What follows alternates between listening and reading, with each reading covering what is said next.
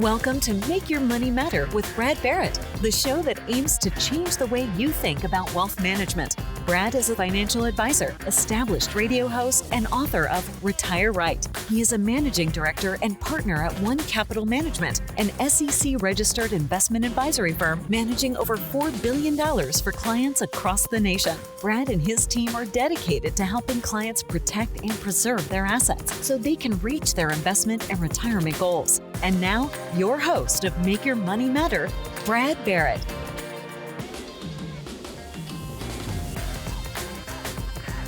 Welcome in to the Make Your Money Matter show. I'm your host, Brad Barrett. I'm also managing director and partner here at One Capital Management. And our aim with this show, each and every week, is to help you create a better relationship with your money. And today on the show, we're going to be talking about how much you're paying for advice. Ultimately, what the value you're receiving quantifies.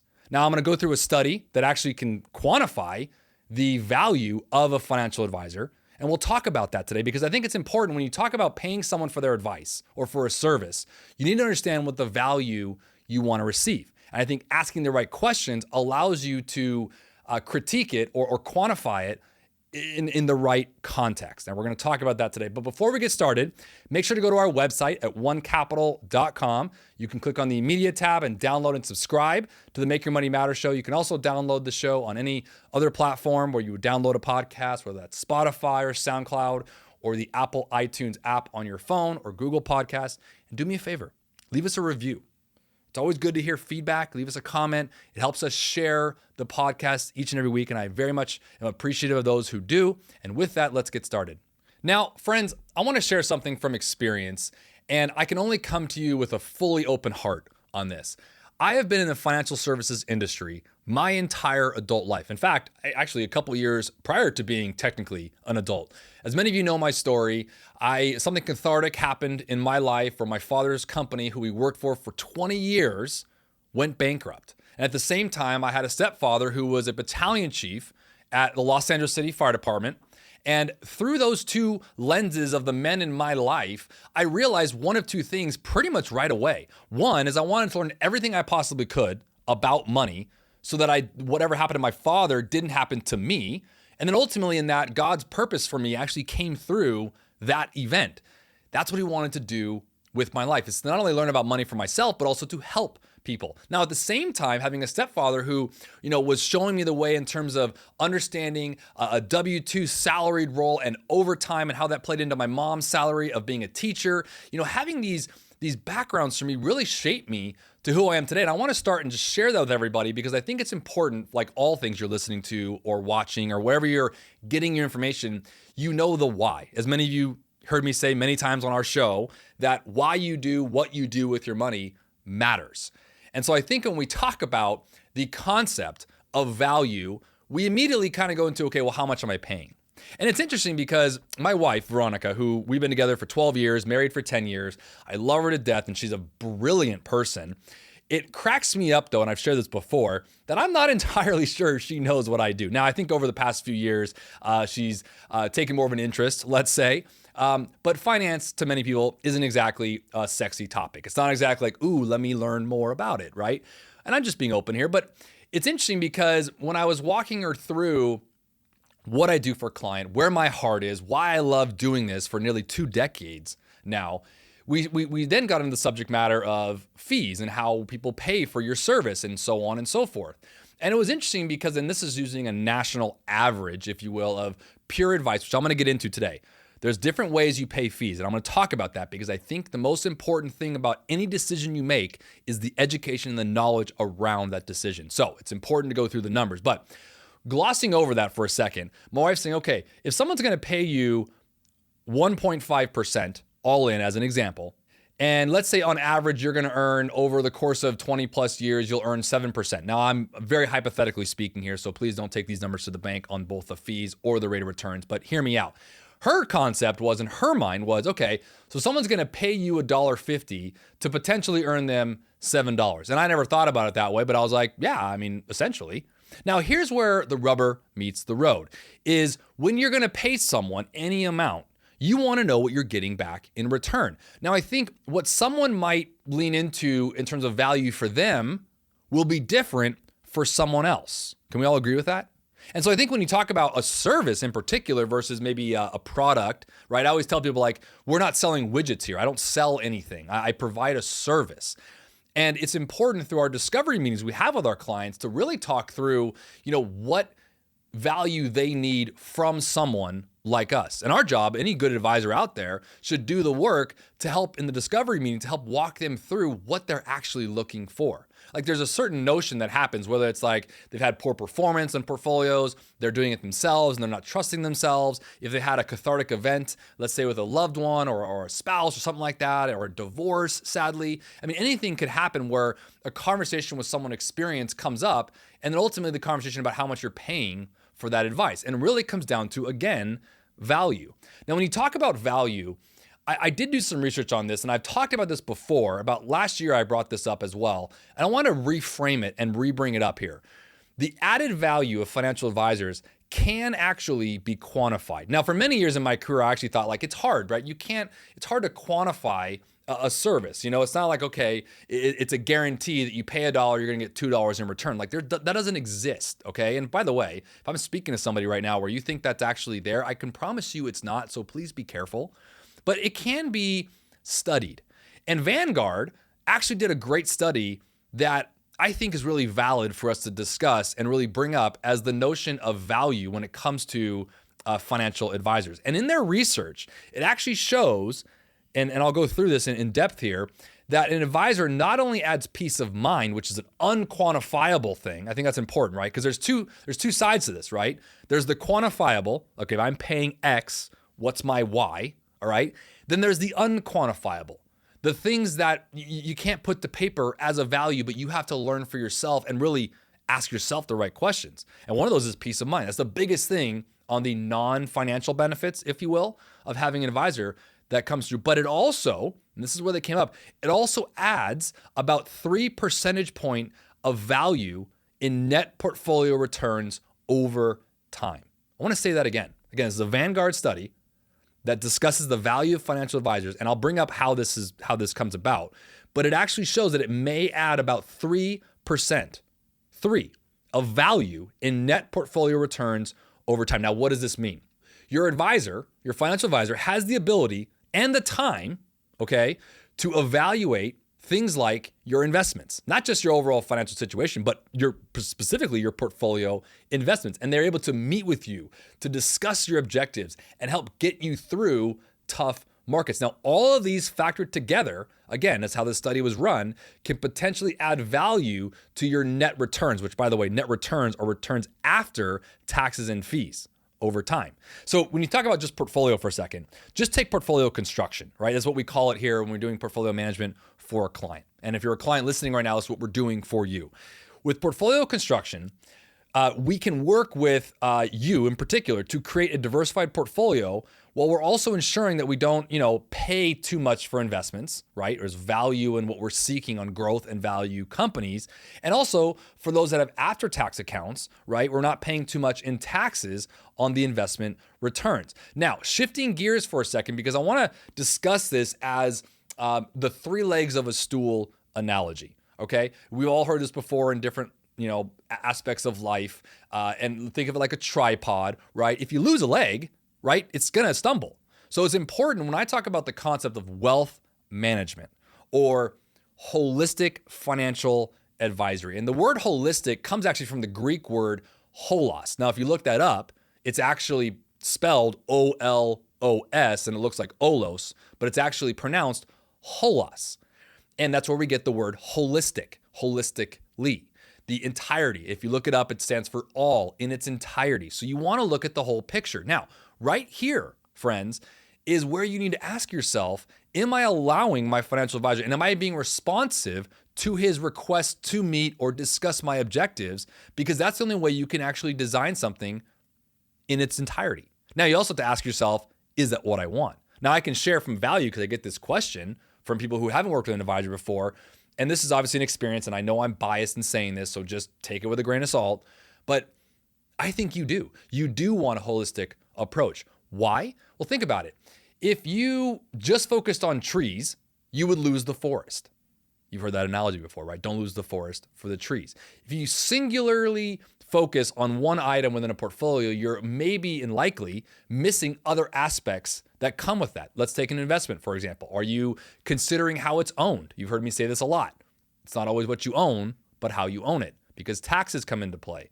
The price to earnings multiple, or the value of what you're paying for said company, comes into play. And that's just like, scratching the surface of some of these things. So then focusing on how you want to leave assets to your heirs, legacy planning. Now, that might be, for many listening and watching, that might be way later in life, and that's fine. But it's important for an advisor to be with you along the way and make sure we adjust for the changes. So holistically looking at, or comprehensive, if you will, is really important. Now, wealth management, as what I'm talking about here, entails, I think, making regular changes to your portfolio. We call it active management. To do what? It's to reduce risk. I want to share something loud and clear. If you're in a diversified model, and any client who's working with me or our firm at One Capital Management, we are a globally asset allocated, diversified, long money wealth manager. And when saying that, if you're in a diversified model, you're likely not going to do whatever the S&P 500 or the Dow Jones Industrial, the Russell Index, whatever you're looking at is going to do. Why? Because you might only own 30 or 40% of that said index, right?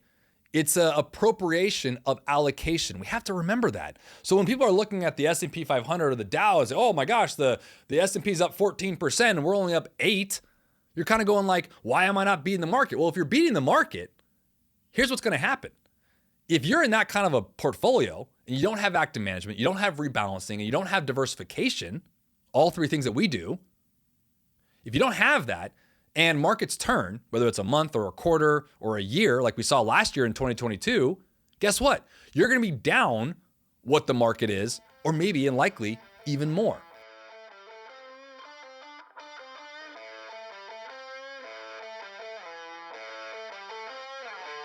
Stay connected. Get frequent updates on the show. Follow Brad Barrett and Make Your Money Matter on most social media platforms. And catch full episodes of Make Your Money Matter streaming now on our YouTube channel. To schedule your no-obligation appointment, go to onecapital.com or call 805-410-5454. So when I talk about wealth management, the first thing I talk about when it comes to the one stool, the one leg, if you will, of the stool, or the leg of the tripod when it comes to wealth management, because wealth management's three components, all right? It's portfolio management, it's wealth management, and I'll get into that with regards to like advanced planning, focusing on trusts and how you own your assets, things like that. And it's also what I'll call, and what this study actually calls, behavioral coaching. Those are the three legs: portfolio management, advanced planning, and behavioral coaching. But when we talk about the portfolio management, let's just start there. Okay. The idea with it, with the regular changes, the active management, the rebalancing, is to reduce your risk, right? And then ultimately when you retire, when you're ready to withdraw your money, we want to do it in a way that we help limit taxes you'll pay. We want to help limit, making sure we have cash reserves, using dividend income. There's a bunch of ways we can change it to make sure it works within your financial plan. One thing I share often with my clients who go from active working to retirement is you're getting into a new season of life. Right? I mean, your retirement date isn't like some finish line. It's actually the beginning of a new race for a new season. And I always say this, like, God willing, the same amount of time you had in your working years, you want to have in your retirement years, right? Like, no one worked for 30, 40 years to just say, I want 5 years in retirement. You want more than that, and you deserve it. Now, we don't know when the holy above is going to call us back up, so we have to plan accordingly. But you want to make sure that we have to look at it from a longer term perspective. Judging a portfolio management advisor or wealth manager on a year or two or three, you got to be careful, right? Because context comes into play. Like, let's just take right now where we're standing, 2023. Go back 5 years. Let's just take 5 years, all right? It's a pretty short time period if you think about it, right?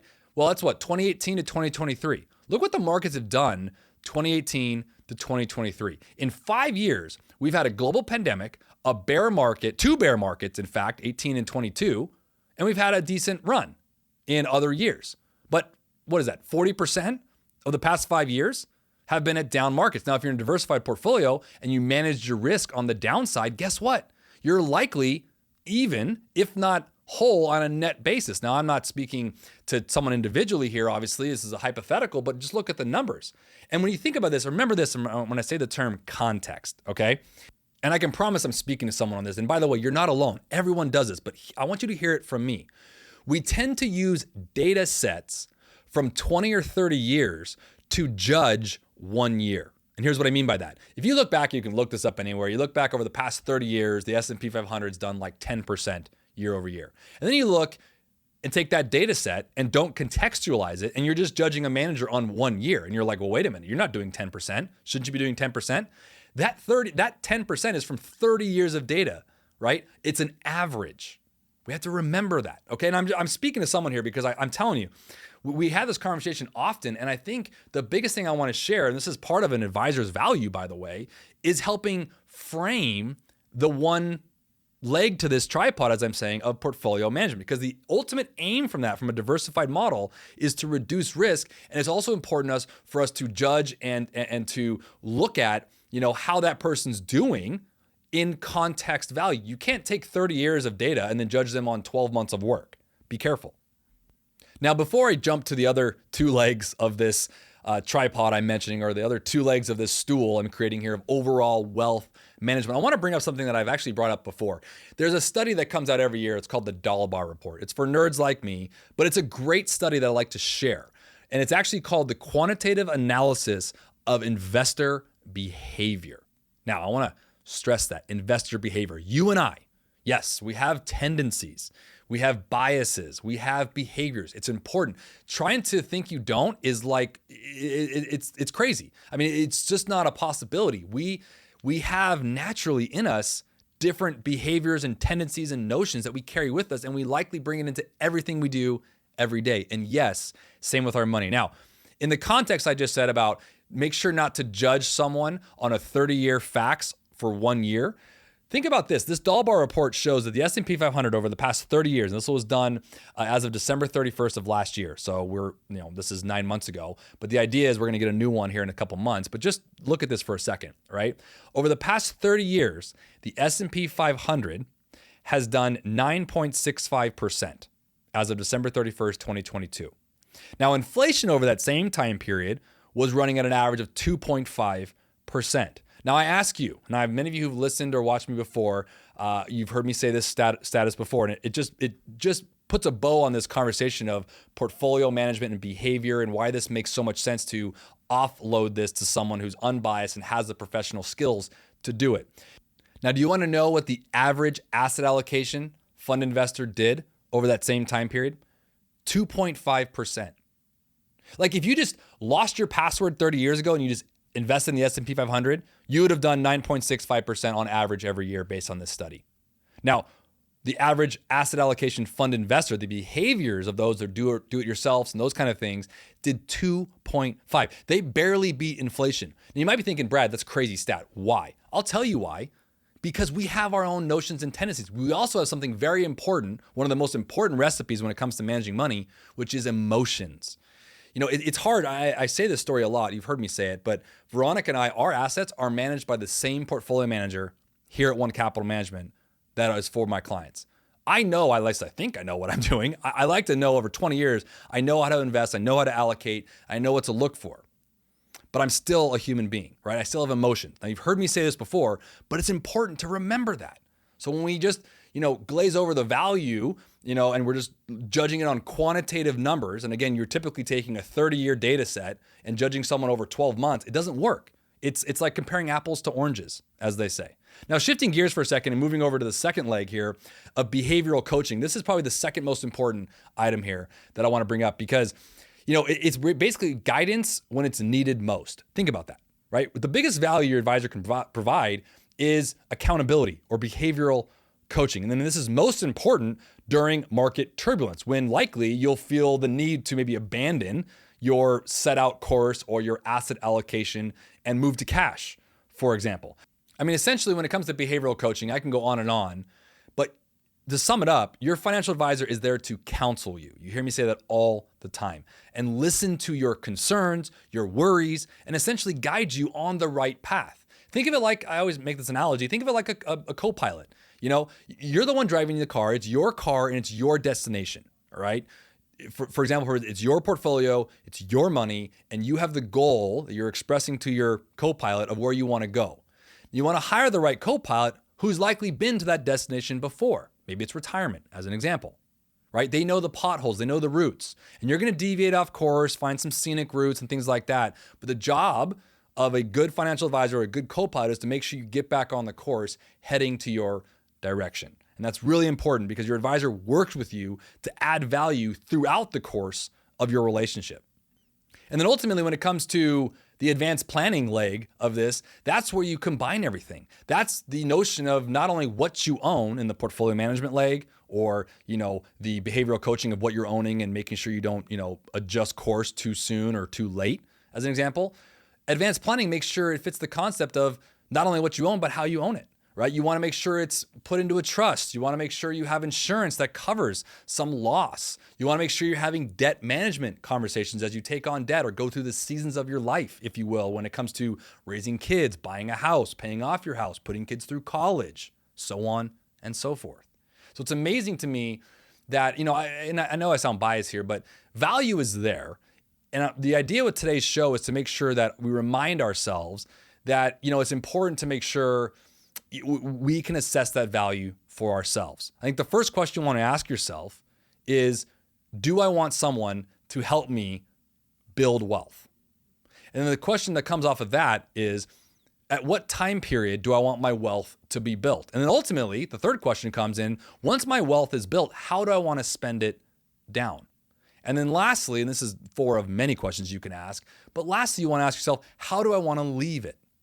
If you notice those four questions, they will hit all three of those legs: of portfolio design and management, of advanced planning of how you own it, and then ultimately regarding behavioral coaching and just emotional management, if you will, to making sure we stay on course. Now, at the onset of the show, I want to put a bow on this. I mentioned the value of an advisor, that it may be able to increase about 3% over time. And I want to quantify your advisor's value because the research is not an exact science, okay? The about 3% means advisors can potentially add about 3 percentage points to your portfolio returns over time. Now, this is in comparison with those advisors who are not practicing the above mentioned principles. We here at One Capital Management do. We practice all three of those legs for our clients. And for our clients listening, we have to remember that.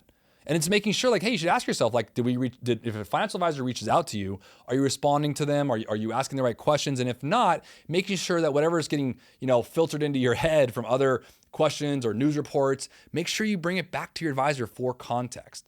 But the way this Vanguard study was done to quantify it was actually pretty astounding to me. And they gave a range. So let's start with portfolio construction, right? They're talking about suitable asset allocation using broadly diversified positions, whether it's funds or ETFs, the use of low-cost index items, asset allocation between taxable and tax advantaged.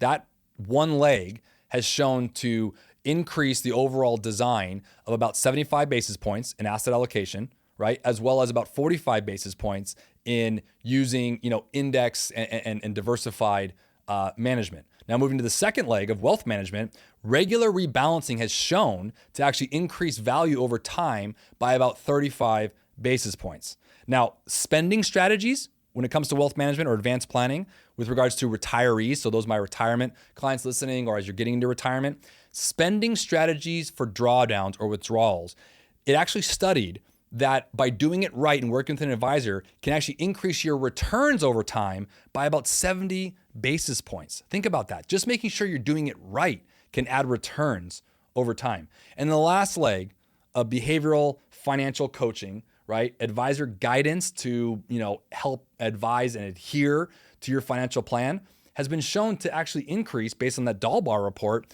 of about 1.5% on the low end of overall value over time. You add all those up, it's about 3%.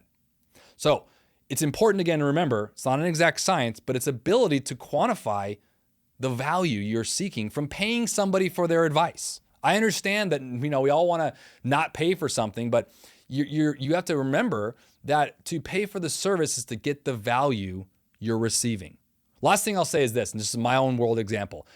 Right or wrong, I was not raised to know how to use a hammer or anything around construction. Being a homeowner, that has come not in a great handy advice, right? I basically have to hire a handyman to do almost the basic things. I know I lose my man card when I say that, but it's the truth. And I always share with you every week, I'm going to tell you the truth. And so for me, I have to pay people to do things around my house because I'm not equipped to do it. Now, yes, I can go look up YouTube and spend time, but I have to value my own time with my family and with my work and for my clients. And to me, the risk reward is there.